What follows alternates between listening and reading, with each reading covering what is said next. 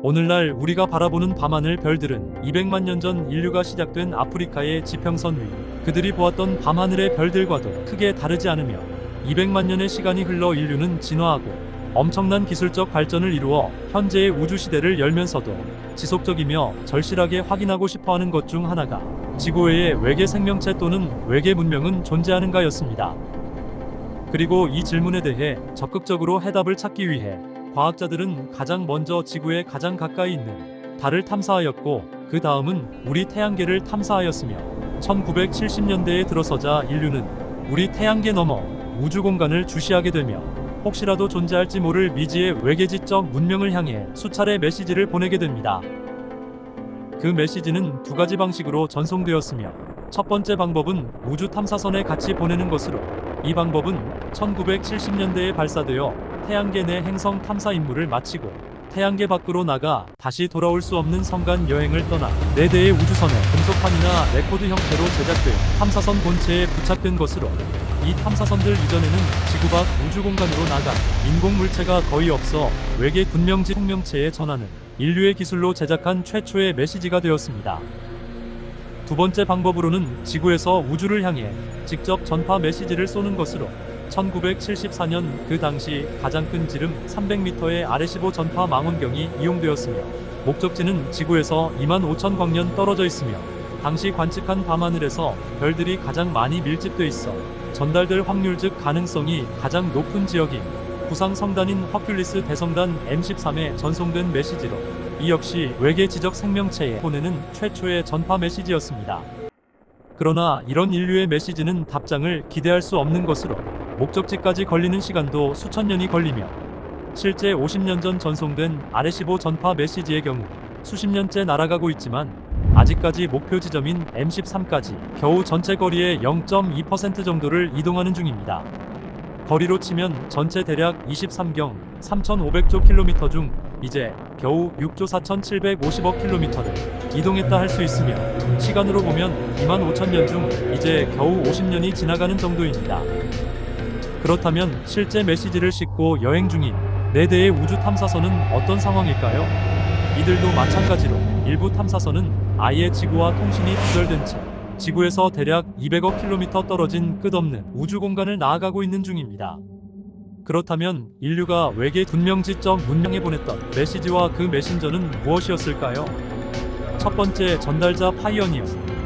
1958년부터 진행된 미국의 태양계 행성과 그 사이 공간 탐사를 목적으로 한 파이어니어 계획의 일부로 1972년 3월 3일 발사된 파이어니어 10호는 1973년 12월 3일 최초로 목성의 궤도를 근접 통과하며 목성과 목성의 소행성대를 탐사하고 1983년 6월 13일 해왕성의 궤도를 통과함으로써 태양계를 벗어난 최초의 우주 탐사선이자 인공 물체가 되었습니다. 그리고 얼마 후 1973년 4월 6일 파이오니어 10호에 이어 발사된 파이오니어 11호는 1974년 12월 1일에 목성의 42,900km 상공을 통과하며 두 번째 관측하였으며, 1979년 9월 1일에는 토성의 고리에 3,500km까지 근접하여 토성의 이고리, F고리 및 G고리를 발견하는 등 토성을 처음으로 탐사한 우주선이 되었으며, 그 후 시간이 지나 1995년 말에는 태양으로부터 44.7AU 지점까지 이동하였으며, 이 지점은 태양계를 벗어난 지점으로 여기에서 탐사선의 전력 문제로 지구와의 통신 등 모든 탐사 활동이 정지되었으나 이동에는 문제가 없어 1년에 약 2.5AU 거리를, 즉 1년에 3억 7,500만 킬로미터를 나아가고 있습니다. 그리고 이들 탐사선에는 크기는 작지만 중요한 의미, 무언가가 장착되어졌는데, 그것은 그 당시 지구에서 목격되는 UFO와 이에 대한 생각으로 우주 어딘가에는 분명지적 문명을 가진 생명체가 존재할 거라는 믿음에서 그들을 향한 메시지가 금속판에 새겨져 장착되어졌습니다. 그리고 이 메시지는 이 두 탐사선 둘 다에 장착되어졌으며, 현재 파이어니어 10호와 11호는 서로 반대 방향으로 대략 지구에서 121AU 거리를 이동 중일 거라 추측하고 있습니다. 이렇게 장착된 인류의 메시지는 칼 세이건의 발안에 의한 외계 생명을 향한 메시지로, 금도금된 알루미늄 합금 소재에 폭 229mm 22.9cm, 높이 152mm 15.2cm, 두께 1.27mm이고 각인은 0.381mm 깊이로 조각되어져 그림 형태의 금속판으로 탐사선 본체 아래 장착되어졌습니다. 그 당시 몇몇 과학자들은 외계 지적 문명과 접촉하는 것은 그 문명이 인류를 공격할 수 있는 결과를 초래할 수 있다며 메시지 전송을 반대하였는데, 탐사선 하나로 우주전쟁이 발생할 수도 있기에. 그러나 이 메시지의 생산자인 칼 세이건은 이 메시지는 탐사선의 속도로 보았을 때 일부러 찾아가지 않는 이상 금방 발견될 가능성이 희박하고, 또 우리 지구의 인류는 라디오 텔레비전 방송의 전파를 의도치 않게 지구 밖으로 계속 송출하고 있어 은하계 내에 지적 문명이 있다며 수십 년간 송출된 그 메시지를 보고 지구의 존재를 눈치챘을 것이라며 반대 의견을 말하였습니다. 이렇게 우여곡절 끝에 탐사선에 장착된 작은 금속판의 메시지 내용들을 보면,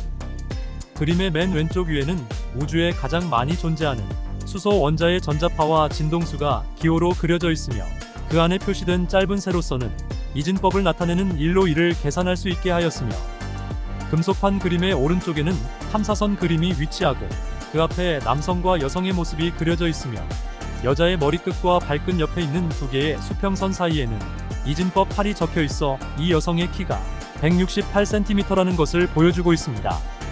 그리고 이 뜬금없는 숫자는 이 프로젝트 책임자의 키라는 이야기도 있습니다. 그 옆에 남성은 우호의 표시로 오른손을 들고 있으며, 상대가 볼 수 있게 양손의 엄지를 표시함으로써 양쪽 손을 둘 다 사용한다는 의미를 담았으며, 그 뒤 배경에 그려진 파이어니어 탐사선의 모습은 인간과 같은 축척으로 그려 탐사선의 실물 크기와 인간의 크기를 비교 상상할 수 있게 하였습니다. 또 그 옆 금속판의 왼쪽에는 같은 점을 중심으로 한 15개의 선이 방사상 형태로 그려져 있으며, 중심에 있는 점은 우리 태양계 중심인 태양을 나타내고, 그 태양에서 뻗어나간 각각의 선 15개 중 14개는 현재 지구에서 관측 가능한 우주 공간의 펄사 14개의 위치와 태양에서 각 펄사까지의 거리를 14개 선의 각각의 길이로 표시하였으며, 두 천체 간 상대 거리와 위치는 그림 사이에 이진법의 숫자를 표시하여 만약 금속판이 외계 지적 문명에게 발견되었을 때 그들이 이를 계산하여 표시된 14개의 펄사의 위치를 이용해 선의 출발점인 우리 태양의 위치를 구할 수 있게 하였습니다. 그러나 만약 그들이 이진법을 모른다면 그 문명이 그 숫자를 깨닫는데 걸리는 시간만큼, 예를 들면 인류의 진화의 시간인 200만 년만큼이 지난 후에야 거기에 적힌 태양의 주소를 알아보고 회신을 할 수도 있습니다. 그리고 마지막 15번째 직선에는 태양에서 우리 은하 중심까지의 거리와 방향이 담겼으며, 그 아래쪽에는 우리 태양계의 전체적인 모습과 여기에는 그 당시 행성 지위였던 명왕성도 표시되어 있으며, 그들이 발견한 탐사선이 태양계를 탈출했던 궤도와 태양계 행성 중 가장 특징적인 토성의 고리를 표시하였습니다. 그러나 이런 내용의 외계 지적 문명을 향한 메시지, 금속판을 장착한 파이어니어호는 2003년 1월 23일 마지막 지구와 교신을 끝으로 통신이 두절되었으며, 2006년 3월 4일 나사는 마지막 통신 시도를 하였으나 그에 대한 응답을 받지 못하였으며, 이런 이유로 그 후부터는 더 이상 통신을 이용한 인간에 의한 운영과 탐사는 끝이 났으며, 미리 입력된 마지막 임무인 외계 지적 문명을 향한 메시지 전달을 위해 성간을 나아가고 있습니다.